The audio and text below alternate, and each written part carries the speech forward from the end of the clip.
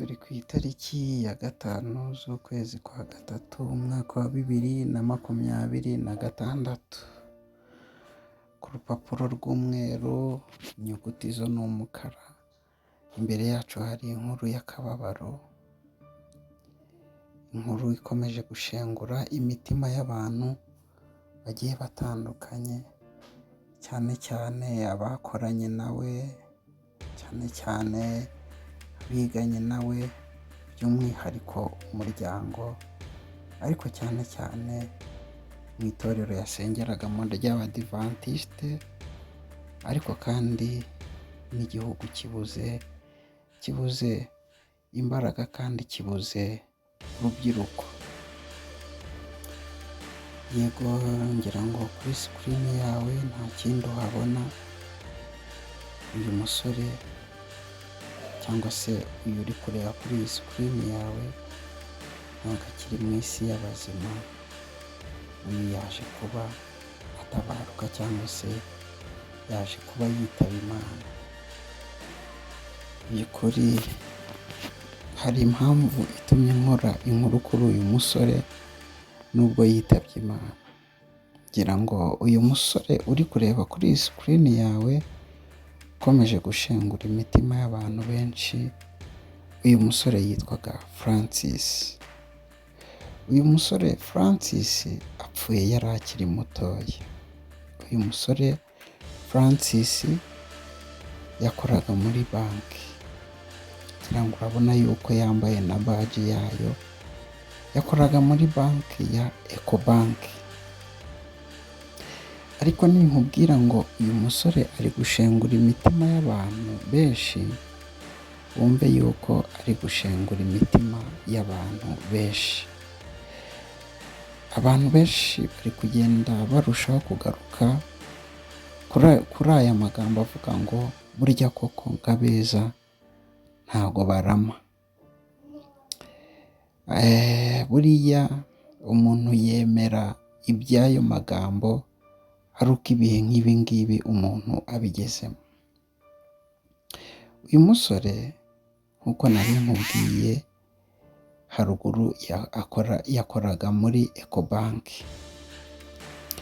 Uyu musore cyane cyane muri serivisi yakoragamo, ku bantu bamuzi nka Francis, bari kugenda bavuga ngo uyu musore tuzamwibukira kuri serivisi yaduhaye, ukuntu yitangaga, ukuntu yagiraga umutima mwiza, ukuntu yakwakiraga n'akamwenyu, ukuntu uyu musore abantu benshi bakagaruka ngo uretse ngo no ku mutima ngo yari na mwiza, ngo yari afite n'ubwiza. Hari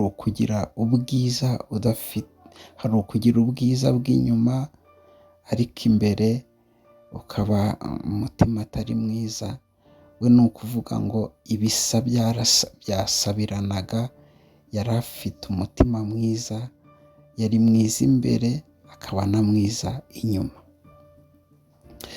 Uyu Francis rero amakuru akavuga yuko yari amaze igihe kinini mu by'ukuri arwaye. Uyu musore bikavugwa yuko yagerageje kwivuza, yahuye n'abaganga bagiye batandukanye. Mu by'ukuri aragerageza kubera yuko buriya ngo kubera ko baravuga ngo buriya icya mbere ni ubuzima. Noneho nk'umuntu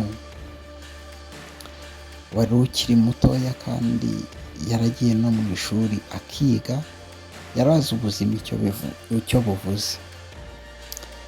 Ariko amakuru akavuga yuko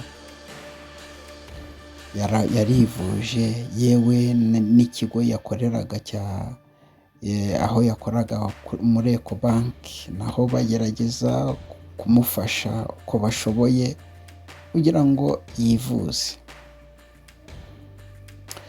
ariko kandi birangira byanze. Buriya baravuga ngo ushobora kurara mu isi ariko ngo ntuyiraremo. Ushobora kwirirwa mu isi ariko ntuyiraremo. Ushobora kurara mu isi ariko ntuyirirwemo. Umuntu wese kandi agira igihe avukiraho, akagira n'igihe azapfiraho.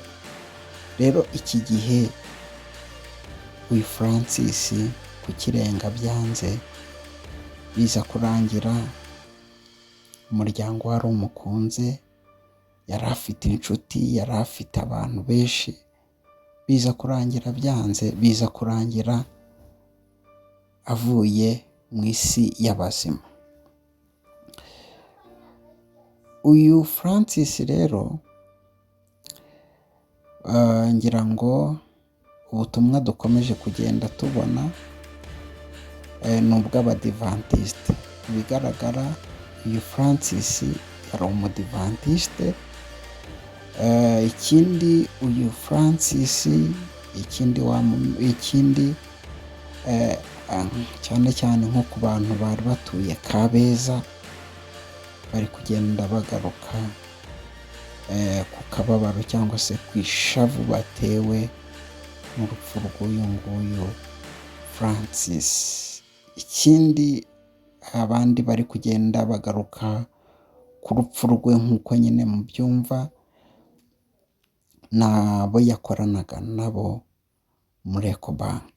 Ubutumwa ni bwinshi, bati tubuze intwari, abandi bati tubuze umukorege, abandi bati tubuze inshuti, abandi bati nubwo yari mutoya abenshi twamurutaga, atariko uyu nguyu Francis yari afite umutima w'abantu bakuru. Iyo yageraga mu batoya yitwaraga nk'umutoya, iyo yageraga mu bakuru yabaga nk'umukuru. Ariko kandi abenshi baba bari kugaruka ko yababereye urumuri, ko yababereye itara. Abandi bari kugaruka ku rupfu rwe mu butumwa bugenda bwoherezwa ni abo yiganye nabo i Mudende, abanyeshuri yiganye nabo i Mudende, nabo bakomeje gushengurwa n'urupfu rw'uyu nguyu Francis. Francis rero nk'uko mubyumva, nubwo yitabye Imana ariko kandi hari ibintu byinshi byiza azajya agenda yibukirwaho. Urupfu rwe rero rwaje kuba rwemezwa n'umuryango we, ariko cyane cyane mushiki we bakundanaga cyane, niwe waje no kuba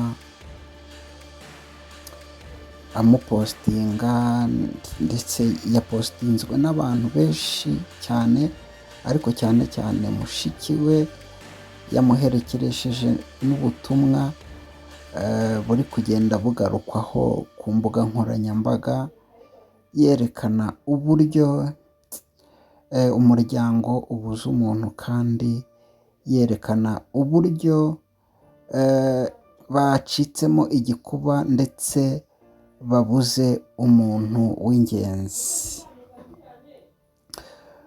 Rero uyu Francis yitabye Imana. Mu by'ukuri yari akiri umusore, yari atarashaka. Amakuru akavuga yuko hari n'umukobwa bakundanaga. Urumva ibyo byose ni ibikomeje kugenda bishengura abantu. Rero murumva yuko uyu Francis akomeje kugenda ababaza abantu bagiye batandukanye. Reka rero twihanganishe umuryango wa Francis, twihanganisha abavandimwe be, twihanganishe umuryango, twihanganisha abakoranaga nawe, twihanganisha abiganye nawe, twihanganisha abari bamuzi bose n'abari bakurikiye iyi nkuru bakaba bababajwe n'urupfu rw'uyu musore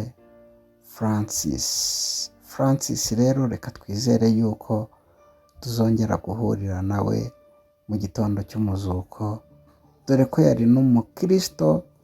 Imana ikomeze kugutuza heza, twagukundaga, umuryango wagukundaga, wari ufite inshuti nyinshi, ariko kandi Imana yagukunze kubarusha, mwihangane.